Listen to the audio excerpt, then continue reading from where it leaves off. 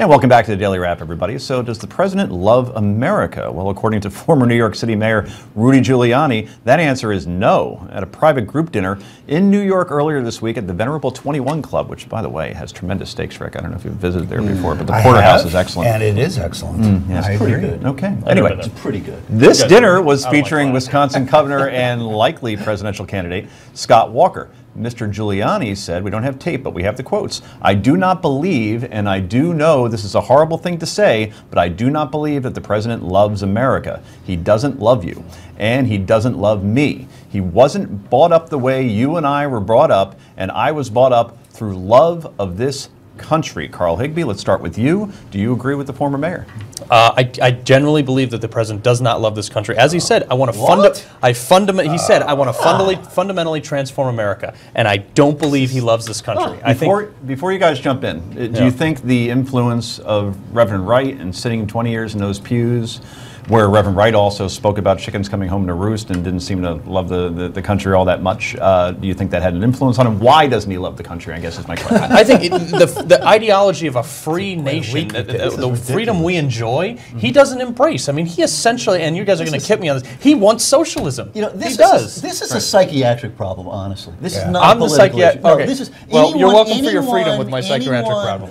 Who can look at someone who has a different political outlook and question their patriotism, their morality, their decency. It reflects on the speaker. You better know that person. It is not this idea of being able to look at somebody on television and saying what's in their heart. That is seriously. That's something. Talk to a therapist about that. I think I've been very fair towards the president tonight. Yeah, Carl seems like a pretty horrible. sound-minded guy. Now, who does? I said Carl. Carl.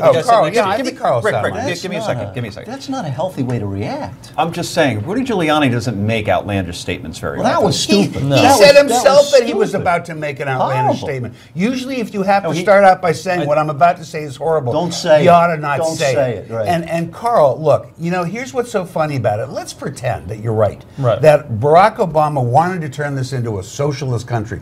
All evidence to the contrary after 6 years. All evidence. Place one of those bits of evidence. Well, what the is stock market's doing really well. That doesn't typically Despite work in his a socialist overregulation. country. Who has more to love for America than Barack Obama? Let me get to my point. If he thought that was best for the country, even though I would appreciate that you completely disagree. Right.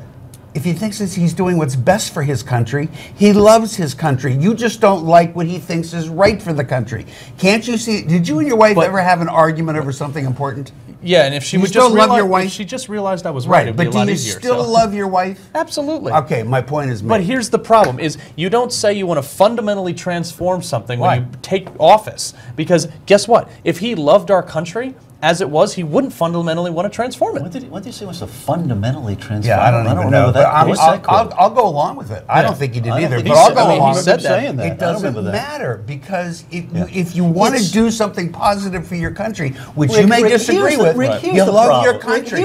Oh, by the way, then Rudy went on TV today and says, I don't question that he's a patriot. Well, that clears it up, doesn't it? You know what? Here's the problem. There is something, and it is encouraged by these kinds of conversations, the notion that if someone disagrees with me, they must either be an idiot or racist or nuts or hate their country. Frankly, that really is a psychiatric problem. It is an inability to recognize that reasonable people, intelligent people, can have different views about stuff. Carl, do you think that, since being a member of the military, is that feeling prevalent throughout the military, that the president, the commander-in-chief, doesn't love his country? Absolutely. Well, the Military Times published an article saying that north of 75% of the military does not support the president. And these are the people who are guaranteed. That's something different. We're different? You can vote against somebody. You can vote not support somebody's policy. That doesn't mean they think he hates the country. A lot of people. Can't you draw a distinction? I tell you, everybody I served with, less one person at my team, hated the president, thought he was destroying the country. Not thought he was hating it, thought he was destroying it.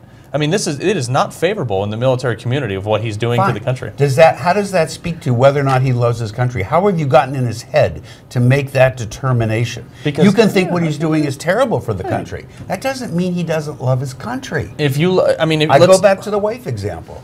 I disagree with my wife. I think that's a poor example. I still love my wife. I don't question that she loves me just because we disagree. Yeah, but if your wife goes out and cheats on you, wouldn't that make you question? Yeah, but he hasn't gone out and cheated. You just don't agree He's been with unfaithful to the American way. Oh, please. He is trying to undermine some of the fabric of our moral fiber. There's a basic thing here. I'll tell you what, in 2 years, if he tries to keep the office and stages an uprising, I'll come back on here. Like Rudy Giuliani did, by the way, with Big Mayor. I'll come back and agree with you. Otherwise, it makes no sense. Giuliani stayed because September 11th came and he felt it was right to stay in office longer. The city couldn't live without it. At that time, they were in a state of emergency, But if he loved the city, he wouldn't think so much of himself that he would decide to change the rules.